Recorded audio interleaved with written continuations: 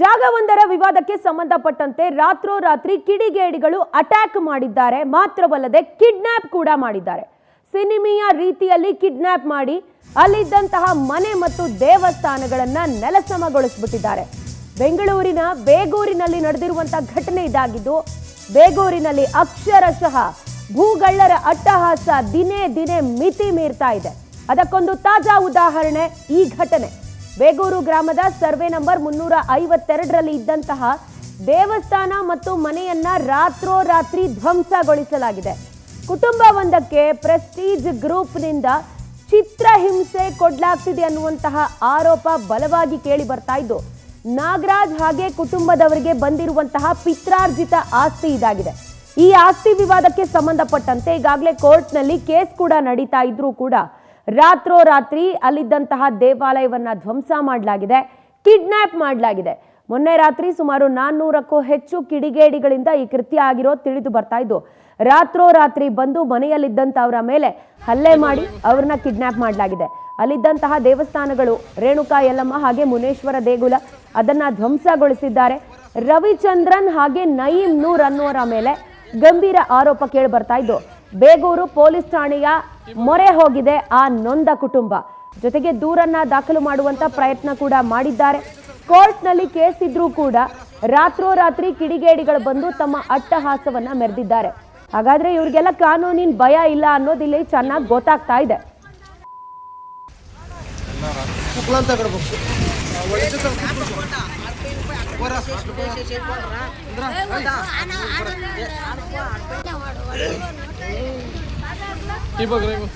Mobile ಸಮೇತವಾಗಿ ಎಲ್ಲರೂ ಕಾರುಗಳಲ್ಲಿ ತುಂಬಿಕೊಂಡು ಅದ ನಂತರ ಬಂದು ದೇವ್ರುಗಳೆಲ್ಲ ಎತ್ಕೊಂಡು ಎಲ್ಲ JCB ಇಕ್ಕಿ ಒಂದು ಕಡೆಯಿಂದ ಕೆಲಸ ಯಾರನ್ನೂ ಬಿಡಲಿಲ್ಲ. ಹೆಣ್ಮಕ್ಳು ಸಮೇತವಾಗಿ ಯಾರನ್ನೂ ಬಿಡಲಿಲ್ಲ. ಮಾತಾಡಿದ್ರೆ ನೋಡಿ ಇವ್ರು ನೋಡಿದವ್ರೆ. ಆಮೇಲೆ ನಮ್ಮ ಹುಡುಗ ಮೊಬೈಲ್ ಸಮೇತವಾಗಿ ಎಲ್ಲರೂ ಕಾರುಗಳಲ್ಲಿ ತುಂಬಿಕೊಂಡು ಅದ ನಂತರ ಬಂದು ದೇವ್ರುಗಳೆಲ್ಲ ಎತ್ಕೊಂಡು ಎಲ್ಲ JCB ಇಕ್ಕಿ ಒಂದು ಕಡೆಯಿಂದ ಕೆಲಸ ಯಾರನ್ನೂ ಬಿಡಲಿಲ್ಲ. ಹೆಣ್ಮಕ್ಳು ಸಮೇತವಾಗಿ ಯಾರನ್ನೂ ಬಿಡಲಿಲ್ಲ. ಮಾತಾಡಿದ್ರೆ ನೋಡಿ ಇವ್ರು ನೋಡಿದವ್ರೆ. ಆಮೇಲೆ ನಮ್ಮ ಹುಡುಗ ಮೊಬೈಲ್ ಸಮೇತವಾಗಿ ಈ ಬಗ್ಗೆ ಹೆಚ್ಚಿನ ಡೀಟೇಲ್ಸ್ ಕೊಡೋದಕ್ಕೆ ನಮ್ಮ ಆನೇಕಲ್ ಪ್ರತಿನಿಧಿ ರಾಘವೇಂದ್ರ ನಮ್ಮೊಂದಿಗೆ ಫೋನ್ ಲೈನ್ ನಲ್ಲಿ ಕನೆಕ್ಟೆಡ್ ಇದ್ದಾರೆ. ರಾಘವೇಂದ್ರ, ಅವರು ಹೇಳ್ತಾ ಇರೋದು, ಅಲ್ಲಿನ ನಿವಾಸಿಗಳು ಹೇಳ್ತಾ ಇರೋದು ಎಷ್ಟು ಅಸಹಾಯಕರಾಗಿ ಅಲ್ಲಿ ನಡೆದಂತ ಘಟನೆಯನ್ನ ವಿವರಿಸ್ತಾ ಇದ್ದಾರೆ. ಲಿಟ್ರಲಿ ಕಾನೂನಿನ ಸುವ್ಯವಸ್ಥೆ ಮೇಲೆ ಅನುಮಾನ ಬರೋದು ಸರ್ವೇ ಸಾಮಾನ್ಯ ಇದನ್ನೆಲ್ಲ ಕೇಳಿದಾಗ. ಯಾಕಂದ್ರೆ ಇತ್ತೀಚೆಗೆ ಬೆಂಗಳೂರಿನಲ್ಲಿ ಭೂಮಿಯ ಬೆಲೆ ಚಿನ್ನಕ್ಕಿಂತ ಜಾಸ್ತಿ ಆಗಿದೆ. ಸೊ ಇದರ ನಡುವೆ ಸಾಕಷ್ಟು ಮಂದಿ ಅಸಹಾಯಕರ ಹತ್ರ ಭೂಮಿಯನ್ನ ಕಸಿದುಕೊಳ್ಳೋದಾಗಿರ್ಬೋದು, ಅವರಿಂದ ಭಯಪಡಿಸಿ ಅವ್ರ ಹತ್ರ ಭೂಮಿಯನ್ನ ಪಡ್ಕೊಳ್ಳೋದಾಗಿರ್ಬೋದು, ಈ ರೀತಿ ಸಾಕಷ್ಟು ಭೂ ಮಾಫಿಯಾ ತಲೆ ಎತ್ತಿದೆ.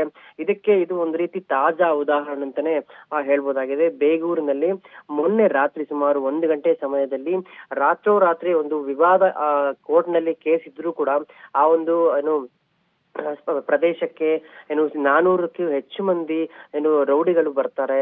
400ಕ್ಕೂ ಹೆಚ್ಚು ಮಂದಿ ಮಹಿಳೆಯರು ಕೂಡ ಸೇರಿ ಬಂದು ಅಲ್ಲಿ ಇರುವಂತ ಮನೆಯವರನ್ನ ಬೆದರಿಸಿ ಅವರನ್ನ ಸುಮಾರು 2 ರಿಂದ 3 ಗಂಟೆ ಕಾಲ ಕಾರ್ನಲ್ಲಿ ಕಿಡ್ನಾಪ್ ಅನ್ನ ಕೂಡ ಮಾಡಿದ್ದಾರೆ ಅಂತ ಕೂಡ ಆರೋಪಿಸ್ತಾ ಇರುವಂತದ್ದು. ಕಾರ್ನಲ್ಲಿ ಕೂಡಿ ಹಾಕಿ ಅವ್ರ ಹತ್ರ ಮೊಬೈಲ್ಗಳನ್ನ ಕಿತ್ಕೊಂಡು ಇದ್ದಂತ ಒಂದು ಮನೆ 2 ದೇವಾಲಯಗಳನ್ನ ರಾತ್ರೋರಾತ್ರಿ ನೆಲಸಮ ಮಾಡ್ತಾರೆ. ಜೊತೆಗೆ ಅಲ್ಲಿ ಇದ್ದಂತ ವಿಗ್ರಹಗಳನ್ನ ಕೂಡ ತೆಗೆದುಕೊಂಡು ಹೋಗಿದ್ದಾರೆ ಅಂತ ಕೂಡ ಈಗ ಅವರು ಆರೋಪಿಸ್ತಾ ಇರುವಂತದ್ದು. ಈ ಒಂದು ವಿಚಾರವಾಗಿ ಕೂಡಲೇ ಸ್ಥಳಕ್ಕೆ ಪೊಲೀಸರು ಕೂಡ ಬಂದಿದ್ದಾರೆ. ಆದ್ರೆ ಪೊಲೀಸರು ಬಂದ್ರೂ ಕೂಡ ಪೊಲೀಸರು ಅಲ್ಲಿ ತಡೆಯುವಂತ ಕೆಲಸವನ್ನ ಮಾಡಿಲ್ಲ. ಆ ಪೊಲೀಸರು ಕೂಡ ಎಲ್ಲೋ ಒಂದ್ ಕಡೆ ಅವರ ಒಂದು ಕೆಲಸದಲ್ಲಿ ವಿಫಲರಾಗಿದ್ದಾರೆ ಅಂತಾನೆ ನಮಗೂ ಕೂಡ ಅನ್ನಿಸ್ತಾ ಇರುವಂತದ್ದು.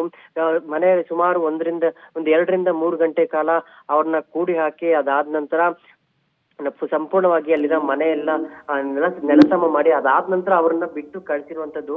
ನಿಜಕ್ಕೂ ಈ ಒಂದು ವಿಚಾರ ಎಲ್ಲ ನೋಡ್ತಿದ್ರೆ ಎಲ್ಲೋ ಒಂದ್ ಕಡೆ ನಮ್ಮ ಬೆಂಗಳೂರಿನಲ್ಲಿ ಲಾ ಅಂಡ್ ಆರ್ಡರ್ ಇದೆಯಾ ಇಲ್ವಾ ಅಂತ ಒಂದು ಅನುಮಾನ ಕೂಡ ಬರುತ್ತೆ. ಯಾಕಂದ್ರೆ ಇಷ್ಟು ರಾಜಾರೋಷವಾಗಿ ಅವರು ನುಗ್ಗಿ ಅವರು ರಾತ್ರೋರಾತ್ರಿ ಅಲ್ಲಿರುವಂತ ಮನೆಗಳನ್ನ ನೆಲಸಮ ಮಾಡ್ತಾರೆ ಅಂದ್ರೆ ಯಾವ ರೀತಿ ಒಂದು ಹೇಯ ಕೃತ್ಯ ಅಂತಾನೆ ಇದು ನಮ್ಗೆ ಅನ್ನಿಸ್ತಾ ಇರುವಂತದ್ದು. ಮನೆಯವ್ರನ್ನ ಕಿಡ್ನಾಪ್ ಮಾಡ್ತಾರೆ, ದೇವಾಲಯದಲ್ಲಿರುವಂತ ಚಿನ್ನಾಭರಣವನ್ನ ಕೂಡ ತೆಗೆದುಕೊಂಡು ಹೋಗಿದ್ದಾರೆ. ಮನೆಯಲ್ಲಿರುವಂತಹ ಒಂದು ಚಿನ್ನಾಭರಣ ಅನೇಕ ವಸ್ತುಗಳನ್ನು ಕೂಡ ಅಲ್ಲಿ ಬಂದಿದ್ದಂತವರು ತೆಗೆದುಕೊಂಡು ಹೋಗಿದ್ದಾರೆ. ಮನೆಯನ್ನ ಸಂಪೂರ್ಣವಾಗಿ ನೆಲಸಮ ಮಾಡಿ ಆ ಒಂದು ಕುಟುಂಬವನ್ನ ಬೀದಿಗೆ ಹಾಕಿದ್ದಾರೆ ಅಂತಾನೆ ಹೇಳ್ಬೋದು. ಸದ್ಯಕ್ಕಂತೂ ಪಾಪ ಆ ಕುಟುಂಬಕ್ಕೆ ಅಲ್ಲಿ ಉಳ್ಕೊಳಕ್ಕೂ ಕೂಡ ಜಾಗ ಇಲ್ಲ. ಒಂದು ಶೆಡ್ ನಲ್ಲಿ ಅವರು ಅಡಿಗೆಯನ್ನ ಮಾಡಿಕೊಂಡು ತಿನ್ನುವಂತ ಒಂದು ಪರಿಸ್ಥಿತಿಗೆ ಬಂದಿದ್ದಾರೆ. ಇದು ಪಿತ್ರಾರ್ಜಿತ ಆಸ್ತಿ ಕೂಡ ಹೌದು ಪ್ರಜ್ವಲ. ಆದ್ರೆ ಈ ವಿಚಾರದಲ್ಲಿ ಯಾಕೆ ಅಧಿಕಾರಿಗಳು ಮಾತನಾಡ್ತಾ ಇಲ್ಲ ಅಂತೇಳಿ ನಿಜಕ್ಕೂ ಸಾಕಷ್ಟು ಅನುಮಾನಗಳು ಕೂಡ ಕಾಡ್ತಾ ಇದಾವೆ ಪ್ರಜ್ವಲ. ವೆಲ್ ರಾಘವೇಂದ್ರ, ಥ್ಯಾಂಕ್ ಯು ತಮ್ಮೆಲ್ಲ ಡೀಟೇಲ್ಸ್ಗೆ.